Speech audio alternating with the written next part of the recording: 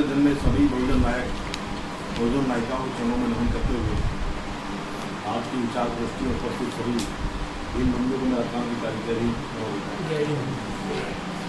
साथियों, विषय बहुत अच्छा है, लेकिन जिस शॉर्ट में मीटिंग है, जिस शॉर्ट के लिए है, उसके लिए टाइम बहुत कम है। क्योंकि बहुजन संगठन, देखिए बहुजन और संगठन, हमको ये भी समझ पड़ा कि बहुजन कौन है, संगठन कौन है। जो अपना वो बहुजन कह रहे हैं, क्या वास्तव में वो उनके व्यवहार में बहुजन है? क्या जो संगठन बने हुए हैं उनके व्यवहार में वो संगठन है? उस संगठन की विचारधारा है? व्यवहार की बात कर रहे हैं। संगठन जो टेंटेटिव अभी एक दो दिन से खबर है कि बहुजनों के सो-कॉल्ड बाबा साहब नाम से संगठन बने हुए हैं। करीब 29 लाख के आसपास संगठन हैं पूरे देश में। 4 लाख समथिंग कुछ एक्टिव हैं, जो अगर रिसर्च कुछ लोग कर रहे हैं। साथियों, आज जो विषम स्थिति हुई है उसके लिए हम स्वयं जिम्मेदार। अभी हम चिंतन क्या कर रहे हैं कि हमने क्या मान लिया कि हम अगर धन नहीं होगा तो संगठन मान नहीं चल पाएगा, शिक्षा नहीं होगी तो हमारा संगठन नहीं चल पाएगा। और हमारे पास ऐसे ऐसे एग्जाम्पल हैं, नहीं बोला, हमारे पास ऐसे ऐसे एग्जाम्पल हैं कि हम धन के बगैर भी सब कुछ कर सकते हैं। शिक्षा हमें कौन सी चाहिए, वो शिक्षा हम नहीं ले रहे। हम शिक्षा व्यापारिक वाली शिक्षा ले रहे हैं। शिक्षा जो हम ले रहे हैं वो व्यापारीकरण की शिक्षा ले रहे हैं, कबीर की शिक्षा बोलते हैं। कबीर साहब तो कभी ऑफिस स्कूल ले गए, लेकिन उनको आज पीएचडी बोल गए। हमारे संगठन के पदाधिकारियों को वो शिक्षा अपनी चाहिए, लेकिन वो शिक्षा ना होके आज कमर्शियल शिक्षा में पहुंच गए। क्या सोच रही है कि हम पढ़ें, हम अच्छे बने, हमें कुछ प्रोटोकॉल मिल जाए, हमारा जीवन यापन बेहतर हो जाए। यही हमारा सोचने का दायरा रह गया। अब आप आ जाइए। अभी कुछ साथी कह रहे थे कि सत्ता में ही सब कुछ है। अभी तो हम यही नहीं समझ पा रहे भाई कि सत्ता किसे कहते हैं, सरकार किसे कहते हैं। हम लोगों ने सरकार को ही सत्ता समझ लिया है। भाई सत्ता अलग है, सरकार अलग है। सरकार तो टूल है सत्ता का। अगर आपको सत्ता सीखनी है तो सिक्कों को सीख लो। सिक्कों की सत्ता है, उनके अपने स्कूल हैं, अपनी धार्मिक व्यवस्था है। अभी पिछले 2 साल पहले पंजाब में एक स्कूल में बसंत पंचमी का दिन था। एक प्रिंसिपल ने हवन करानी था तो उन्होंने उस प्रिंसिपल को सस्पेंड कर दिया, अगले दिन बाहर निकाल दिया। ये होती सत्ता। समझौता नहीं किया उन्होंने। हम ज्यादातर कोई भी संगठन पदाधिकारी हो, संगठन हो, हम सब सिर्फ उसका फायदा उठा रहे हैं कि भगवान बुद्ध, तथागत बुद्ध ने कहा कि मध्यम मार्ग, और वो मध्यम मार्ग हम समझौते में डाइवर्ट कर दिया है।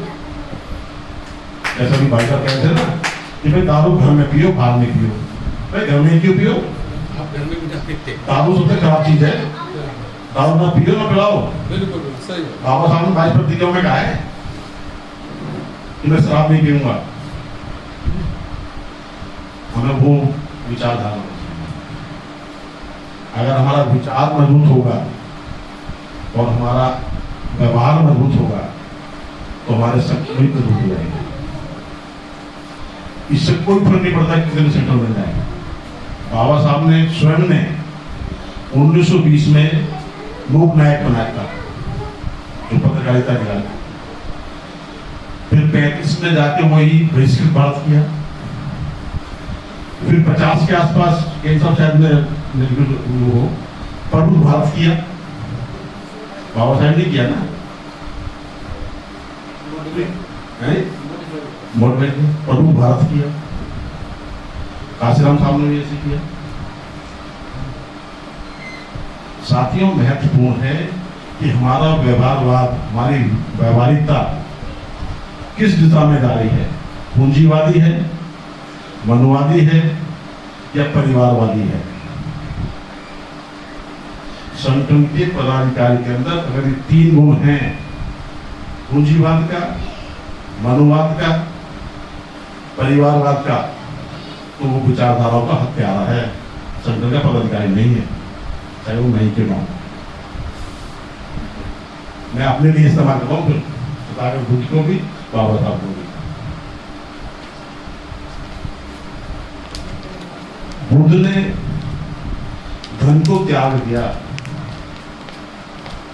त्याग की एक व्यवस्था थी। बाबा साहब ने कुछ नहीं था, अर्जित किया और फिर त्याग दिया। काशीराम साहब का कुछ नहीं था, बिल्कुल खाली थे, आज करोड़पति बना के बहुत लोगों को, मेरे जैसे लोग भी उन्हीं की देन है, जो आज बहुत बड़ी मकानों में रह रहे, बहुत बड़ी गाड़ियों में घूम रहे। लेकिन हुआ क्या कि हमने उस व्यवस्था को जकड़ लिया है। सही मायने में अगर हम संगठनों को एक करना है, हर संगठन जो भी बने वो तभी संभव हो सकता है कि उसकी व्यवहारिकता उस विचार के प्रति समर्पण हो। अगर महापुरुषों के विचार के प्रति उनका समर्पण है तो वो संगठन मान लो कि हाँ उनके लिए संगठन है, समाज के लिए संगठन है, और उनकी व्यवहारिकता उस विचार के विपरीत है तो वो संगठन समाज में रहना नुकसानदायक है। चाहे हमारी पॉलिटिकल संगठन हो या हमारा सामाजिक संगठन हो या हमारा धार्मिक संगठन। अभी अजय पाल जी कहते बिल्कुल सही बात है, हमारे जो महापुरुष हैं वो हमें इतना कुछ देते हैं कि नहीं कहने को जरूरत नहीं है। और सबसे बड़ी अच्छी हमारे लिए बात है कि वो लिख के देंगे, लिटरेचर है भाई। जितना बाबा साहब ज्योतिबा फूले ने जिनका लिखित लिटरेचर है, उनसे बढ़िया शिक्षक आपको कौन मिलेगा। लेकिन कमजोरी हम कहाँ कर रहे हैं कि वो पढ़ा लिखा हम लोग अपने हमारे आश्रम में नहीं आ रहा। हम आश्रम पढ़ तो रहे कि काशीराम साहब ने क्या कहा, लेकिन काशीराम ने जो कहा वो हमारे व्यवहार में नहीं आ रहा। आदरणीय किंग साहब अभी बता रहे थे, बिल्कुल सही सटीक चोट मारी थी इन्होंने कि आज निजीकरण के बहाने हमारी शिक्षा खत्म कर दी, हमारा रोजगार खत्म कर दिया और स्वास्थ्य खत्म कर दिया। हम सब बैठे ना, हम बड़े गलतफहमी में बैठे, आगे आने वाली हायर एजुकेशन इतनी महंगी होगी, शायद हम अपने बच्चे को पढ़ा नहीं पाएंगे। अभी फीस बढ़ा दी थी सीबीएसई, नहीं पढ़ा पाएंगे। अभी करीबन 400 की सीधी कर दी थी, और जब अभी आप होगा कि पार्लियामेंट में भी डिबेट चल रही थी अग्निवीर के ऊपर, तो रक्षा मंत्री बार बार उदाहरण दे रहे थे कि भाई जितने भी दुनिया के विकसित देश हैं सब में अग्निवीर है। एक भी सांसद का मुंह ये नहीं खुला कि दुनिया के जितने भी विकसित देश हैं वहां की शिक्षा व्यवस्था कैसी है, ये भी जरा बता दो।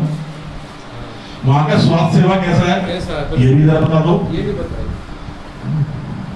वहां की शिक्षा और स्वास्थ्य सारी गवर्नमेंट की है। स्टेट्स को हम बनाते किस लिए, हम चुनते किस लिए? हमारा संविधान क्या कहता है? हमारा जो संविधान है वो हमें सारी आजादी देता है, सारी ताकत देता है। अकेले आदमी को ताकत देता है। अकेले आदमी को ताकत दी जब केंद्र सामने वो मुद्दा उठा दिया, राष्ट्रीयकरण का मुद्दा। और निश्चित अगर देश की आने वाली जनरेशन का भला चाहते हैं तो सिर्फ एक ही मुद्दा है, राष्ट्रीयकरण का।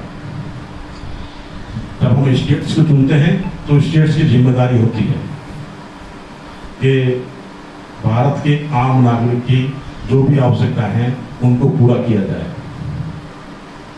हम तो कहते हैं आप हमें हमारा आरक्षण में दुख हो रहा है, आप शिक्षा स्वास्थ्य कर दो, फिर देखो हमारी दौड़ हम कहां जाते हैं। लेकिन करो तो सही, जिनको करने के लिए वो बैठाया है वो सब बिल्कुल अंधभक्त हो बैठे हैं। साथियों, एक हालत काल्पनिक कहानी है, बड़ी अनसाइंटिफिक है वैसे, लेकिन समझाने के लिए थोड़ा एक कहना बताना चाहूंगा कि हमारी सोच कैसी होनी चाहिए। हमारी सोच ये होनी चाहिए कि एक ऋषि था, उसका एक सेवक था, बिल्कुल ब्लाइंड, आंखों से अंदर। उस ऋषि को दया आई, करुणा आई। उसने कहा यार ये बहुत दिन से मेरी सेवा कर रहा है और ये अंधा है, और मेरे पास ऑप्शन है कि मैं इसकी रोशनी दे सकता हूं, तो मैं इसको एक दिन रोशनी जरूर दूंगा। तो एक दिन उसने कहा भाई आप काफी सेवा करते हो, अच्छी सेवा करते हो, आपको कुछ जरूरत हो तो बताओ, मैं आप जो चाहोगे मैं दूंगा, लेकिन दूंगा एक चीज, दो नहीं दूंगा, ये शर्त है। उसने कहा ठीक है गुरुजी, मैं आपकी बात मानता हूँ, मुझे थोड़ा समय दो और जब समय आएगा तो मैं आपसे मांगूंगा एक ही चीज। वो फिर दोबारा अपनी बात तोड़ दे, चलता गया, ऐसी सेवा करता गया। कुछ दिन बाद फिर कहा गुरुजी आपने मुझसे एक वादा किया था, वो वादा आपको याद होगा? बोला हाँ मुझे याद है, तो मैं आज कुछ आपसे मांगना चाहता हूँ, तो बताओ भाई क्या मांगू? अब गुरुजी के दिमाग में ये थी भाई ये अंधा व्यक्ति रोशनी मांगेगा। उसने कहा गुरुजी मैं अपने पड़पोते को सोने के कटोरे में दूध पीता देखना चाहता हूं, अपने पड़पोते को सोने के कटोरे में दूध पीता हुआ देखना चाहता हूं, ये मेरी इच्छा। केवल सोच का परिणाम था। उसने देखिए एक ही चीज में कितनी मांग ली, लंबी उम्र मांग ली, परिवार मांग लिया, धन, अपनी रोशनी मांगी, और डिमांड सिर्फ एक ही थी।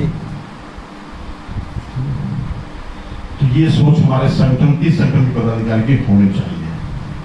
यही तर्कवादी बात है। हम तर्क करना भूल गए, आपस में एक दूसरे में सहयोग करना भूल गए, ईर्ष्या को मन में पा लिया। हमारा संगठनों का सबसे ज्यादा नुकसान अगर किया है तो किसने किया है? ईर्ष्या ने किया है। ईर्ष्या के अगर हम कुर्बानी दे दें तो निश्चित हम बहुत आगे इस देश को ले जाएंगे। और वास्तव में अगर आप सब, मैं भी उसमें इन्वॉल्व हूँ, हम सब बाबा साहब के ऋणी हैं, बाबा साहब के कर्जवान हैं। अगर उनके सपनों का, उनके विचारों का अगर भारत बनाना चाहते हैं तो मैं निश्चित आप ये कमर कास लो, जितने हॉल में बैठे हैं ये लोग बहुत हैं पूरे देश में क्रांति करने के लिए। सिर्फ क्या किए उन्हें कमर कस लो कि हमें त्याग करना है। अकेले बाबा साहब इतना कुछ ले गए और वो सब मिलके उनकी विरासत को बचा नहीं पा रहे, क्योंकि इस बात का कि वो लॉस हो रहा है, हर बार हर इलेक्शन में लॉस हो रहा है, हर पार्लियामेंट्री में नुकसान हो रहा है, हम बचा भी नहीं पा रहे। तो हम ये आगे आने वाले समय, आने वाली जो पीढ़ी है वो हमें महापुरुषों की नालायक संतान कहेगी अगर हम इस व्यवस्था को नहीं बचा पाए। इसलिए हम सबकी जिम्मेदारी बनती है कि हम अपने इस अहम को कुर्बानी देके अपने महापुरुषों के प्रति अपना समर्पण रखें, उस विचारधारा को अपने आचरण में लाएं, और निश्चित जो बाबा साहब ने अंतिम में प्रबुद्ध भारत का एक विचार बनाया था, इस देश को एक प्रबुद्ध भारत का रूप देना चाहते थे, वो जिम्मेदारी अभी हमारे ऊपर है, हमारे कंधों पर है, वो हमें लेनी चाहिए। उसके लिए हमें कदम बढ़ाना चाहिए। मैं आप सबका बहुत बहुत शुक्रिया करूँगा। आप सभी को मेरा जय हिंद, जय भारत।